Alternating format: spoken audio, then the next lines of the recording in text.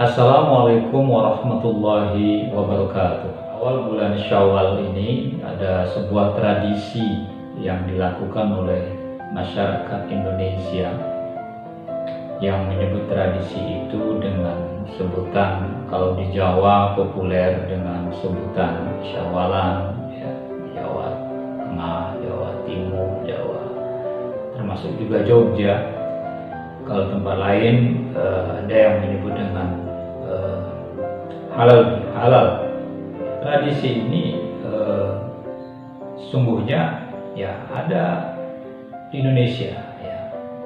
Dan kalau kita lihat di belahan bumi lain mungkin kalaupun ada, tentu ada perbedaan, ada unsur-unsur lain yang bukan tidak sama dengan tradisi kita halal bihalal di Indonesia ini. Bahkan tradisi halal bihalal itu identik dengan tradisi yang rutin kita lakukan setiap tahun ya, setelah kita menyelesaikan ibadah Ramadan dan memasuki bulan Syawal. Kalau kita berbicara tentang halal bihalal itu ya, apa sih poin penting dari halal bihalal yang kita lakukan itu ya? Apa poin penting tradisi halal bihalal yang rutin kita lakukan tersebut? Ya, poin penting yang bisa kita lihat ya, dan paling tidak bisa kita dapatkan, yaitu yang pertama, ya sebagai yang pertama menjalin silaturahmi. Menjalin silaturahmi ini artinya menjalin hubungan baik kita dengan tetangga, kita dengan saudara kita dengan teman kita dengan orang lain yang menjadi relasi kita. Dan yang paling pasti tentu silaturahmi antara anak ke orang tua ya, antara murid kepada gurunya. Dan tradisi ini memang adanya ya di bulan Syawal ini, sehingga tradisi ini sangat baik untuk kita lakukan. Sebenarnya ada kemanfaatan yang bisa kita dapatkan dari tradisi ini.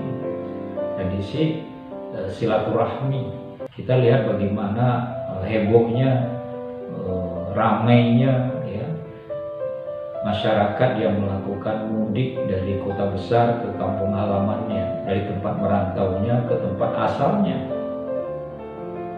dengan biaya yang mahal, dengan tenaga yang banyak harus dikeluarkan, dengan lelahnya pikiran ya, karena harus berhadapan dengan kemacetan ya, dan juga dengan harga barang yang biasanya kalau di Lebaran itu kan mesti naik gitu ya, berubah harga atau berganti harga. Tapi itu tidak menyurutkan semangat orang Indonesia untuk pulang kampung. Yang kalau ditanya mudik Lebaran itu tujuannya apa? Ya mereka akan jawab ya silaturahmi. Karena dengan bersilaturahmi ini kita menjadi yakin bahwa apa yang disampaikan oleh Rasulullah dalam hadisnya, bahwa orang yang ingin dilapangkan rezekinya, ingin dipanjangkan umurnya, maka hendaklah ia menjalin silaturahmi. Ya, ini hadis Rasulullah yang diriwayatkan oleh Imam Bukhari. Di silaturahmi itu ada ajaran di mana kita insya Allah dipanjangkan umur kita oleh Allah, dilapangkan rezeki kita oleh Allah. Umur yang panjang bukan umur yang secara nominal jumlahnya banyak. Ya. Umur yang panjang itu adalah umur yang penuh dengan keberkahan. Keberkahan itu umur yang penuh dengan kebaikan di dalamnya, limpahan kasih sayang Allah di dalamnya. Makanya kalau perumpamaan yang paling sederhana itu, dompet yang bagus itu bukan dompet yang panjang, bukan dompet yang tebal, bukan dompet yang harganya mahal dari kulit asli, bukan. Tapi dompet yang bagus itu adalah dompet yang banyak isi uangnya. Ya, punya dompet panjang tapi isinya nggak ada, dompet tebal tapi isinya cuma kartu-kartu identitas saja. Tapi kalau punya dompet di dalamnya banyak uang selain kartu debit. Dan kartu-kartu yang ada tuh ya ada debit cardnya, ada ATM-nya gitu. Ini menunjukkan kepada kita bahwa usia yang panjang itu bukan jumlahnya panjang, tetapi berapapun usia yang Allah berikan itu, manusia yang berjalan tegak dengan rambut kita yang berwarna-warni, ada yang hitam, ada yang pirang, ada yang coklat, mata pun begitu, ada yang hitam, ada yang coklat, ada yang biru. Semua itu menunjukkan betapa Allah menciptakan manusia dengan sempurna. Nah, kalau Allah menciptakan kita dengan sempurna, maka kesempurnaan itulah yang harus kita jaga. Bahwa kita tercipta dari satu hal yang baik, maka kita harus tetap menjaga kebaikan itu dan meningkatkan diri kita agar lebih baik lagi.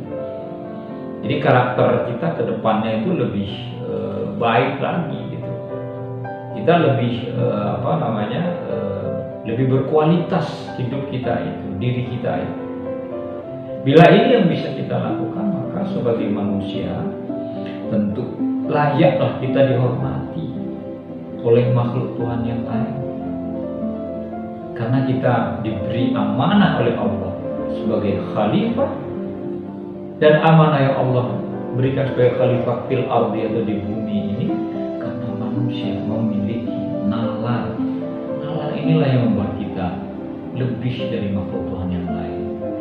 Dalam bahasa mantiknya itu al-insanu hayawanun nantiq, ya, manusia itu adalah hewan yang berpikir, yang bisa bertutur, tapi tuturnya itu bermakna. Adalah dia memperkenalkan, ini loh suami saya, ini anak-anak saya namanya ini loh istri saya, ini anak-anak saya namanya ini, supaya dia tahu ini keluarganya.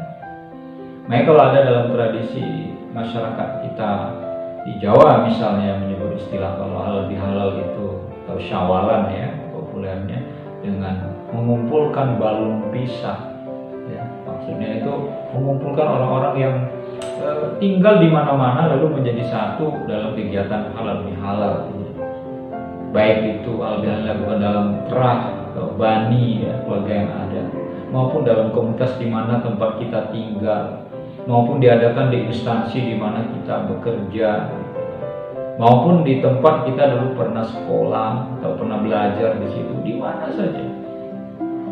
Ya, tujuannya itu adalah mempereratkan lagi persaudaraan itu. Kalau kita sudah bersaudara, jalinannya itu kita kuat lagi. Jadi ukhuwah Islamiyahnya itu kita kuatkan lagi. Karena ukhuwah Islamiyah yang kita lakukan itu, bila semakin dia kuat, maka kita akan saling dari ta'aruf ya, saling mengenal ya. Saudara itu kan mesti saling mengenal, lalu muncul tafahum ya, kita saling memahami satu sama lain. Kalau orang yang tidak ta'aruf, maka tidak bisa tafahum. Orang yang nggak saling kenal mengenal, lalu dia nggak bisa saling memahami. Sebagaimana calon suami, calon istri yang akan menikah, dia harus ta'aruf dulu ya. Supaya apa? Supaya dia bisa saling mengenal satu sama lain. Dan ukhuwah itu dalam rangka itu. Makanya Allah mengingatkan kita dalam surat Al-Hujurat ayat 13, ya ayyuhan nas inna khalaqnakum min dzakarin wa untha wa ja'alnakum syu'uban wa qabaila lita'arafu. Hai manusia, sungguhnya kami ciptakan kalian dari laki dan perempuan, dan kami jadikan kalian berbangsa-bangsa dan bersuku-suku. Supaya apa? Supaya kalian saling mengenal. Mungkin kita punya istri dari orang asing, dari luar, kita punya istri dari luar daerah kita ya. Jadi dibawa ke kampung halaman kita, dia jadi tahu tradisi kita, dia jadi tahu kampung halaman kita, dan kenal dengan orang-orang yang dekat dengan kita, keluarga kita, teman kita, tetangga kita. Kemudian terjalin silaturahmi, kemudian terjalin ukhuwah persaudaraan. Nah, persaudaraan inilah yang kita jaga. Ya, karena persaudaraan itu kalau dilihat dalam perspektifnya ada berbagai macam. Yang pertama itu ada ukhuwah basyariyah, yaitu persaudaraan sesama manusia. Ya, Kalau sama manusia ini ya, kita sebagai makhluk sosial, kita bersaudara sama manusia yang ada di barat, manusia yang ada di timur ya. Apapun bahasa, budaya, tradisi, agamanya, kita bersaudara semuanya. Semangatnya itu adalah semangat humanisme. Ya, nilai-nilai kemanusiaan yang kita junjung tanpa melihat sekat budaya, agama, tradisi dan segala macamnya. Nah, itu saudara kita sama manusia. Itu yang disebut dengan ukhuwah basyariyah. Kalau kita menolong, jangan lihat manusia, ini orang boleh, nggak perlu saya tolong, saya nolong orang saya aja. Nah, tidak betul ya. Kita menolong siapa saja, kemudian manusia kita tolong. Jangan manusia, hewan aja kita sayangi kok, masa manusia tidak. Lalu yang kedua, ukhuwah wataniyah, yaitu saudara sama sebangsa. Kita hidup di Indonesia ini, dari Sabang sampai Merauke, kita itu bersaudara, sebangsa. Dan persaudaraan kita sama sebangsa itu harus kita jaga. Tapi kita punya saudara di Papua, kita punya saudara di Aceh misalnya, lalu kumpul dengan kita dalam acara halal. Betapa indahnya kan, kita bisa berbicara dengan budaya dan kultur kita masing-masing gitu kan. Ya, kita bisa bicara dengan tradisi yang sudah ada dan ridho dan berkah dari Allah Subhanahu wa Ta'ala.